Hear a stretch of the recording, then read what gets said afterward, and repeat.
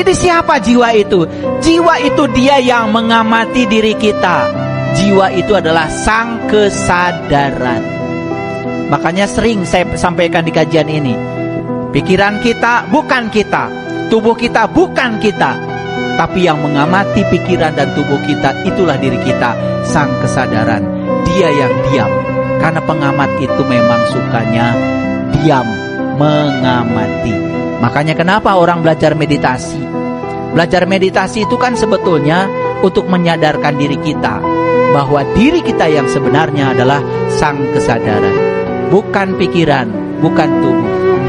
Tapi diri kita yang sebenarnya adalah yang mengamati gerak tubuh dan gerak pikiran.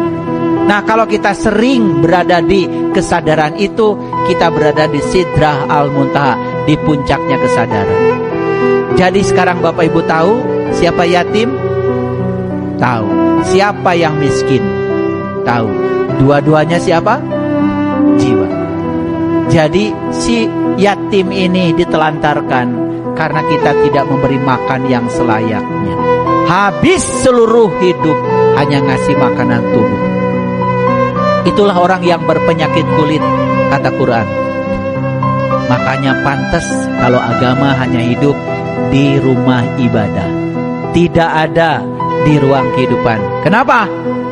Karena ada ketimpangan dalam beragama. Agama hanya melulu urusan-urusan yang bersifat lahir. Habis waktu untuk berdandan, mendandangi tubuh luar, tapi tubuh dalamnya nyaris tidak didandani. Begitu. Udah terjawab judul ini? Oke. Jadi mengerti sekarang siapa pendusta agama? Kok nggak ada suaranya?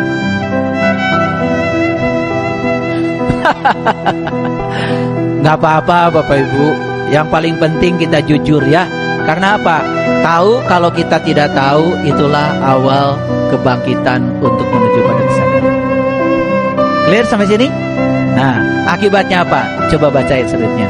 Fawailul lil musholin. Kecelakaanlah bagi orang yang sholat. Yang sholat aja celaka Bapak Ibu, atau kaumun untuk sholat. Yang sholat aja celaka, kata Allah. Sudah terjawab kenapa celaka?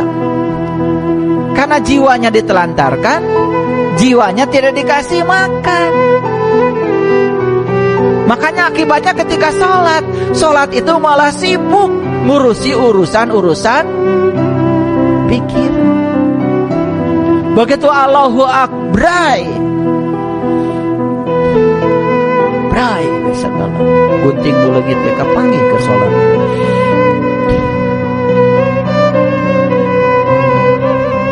Ngegebray. Paham sampai sini? Oke. Jangan anggap sepele Bapak Ibu.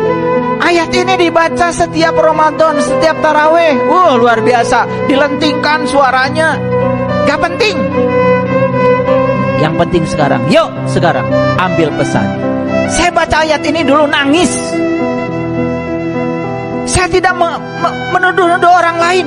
Tidak.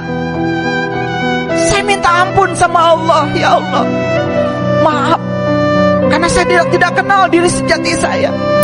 Maka selama ini saya sholat, saya menjalankan apa-apa semata-mata karena urusan-urusan fisik. Karena saya bermuatan ingin surga, takut neraka. Itu saja. Saya pernah di posisi itu Bapak Ibu. Makanya saya keliling dunia, saya cari guru. Saya ingin kenal siapa orang yang bisa memperkenalkan saya pada diri sejatinya saya. Saya ingin tahu jiwa saya yang mana.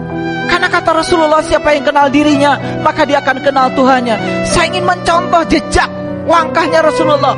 Beliau tidak sholat dulu, tapi beliau Isra Mi'raj dulu. Beliau kenal dulu sama Tuhannya, baru beliau sholat. Pantas kalau sholat beliau bisa mencegah dari perbuatan keji dan munkar. Agama bagi Rasulullah tidak ada, tidak hanya di ruang ibadah. Beliau bawa agama ke dalam kehidupan. Lihat beliau, dengar sejarah beliau yang penuh cinta kasih pada siapapun. Bahkan beliau mau mencintai orang, tidak pernah bertanya agamanya apa. Berbuat baik sama orang, tidak pernah. berbicara agamanya apa? Kenapa umatnya yang mengaku umatnya kok seperti itu?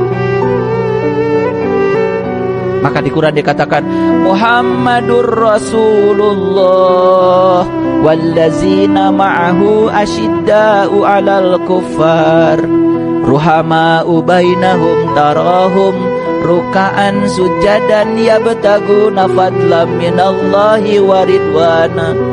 Luar biasa. Simahum fi wujuhihim min asaris sujud zalika masaluhum fit Taurati wa masaluhum fil Injil. Saya kalau baca ayat itu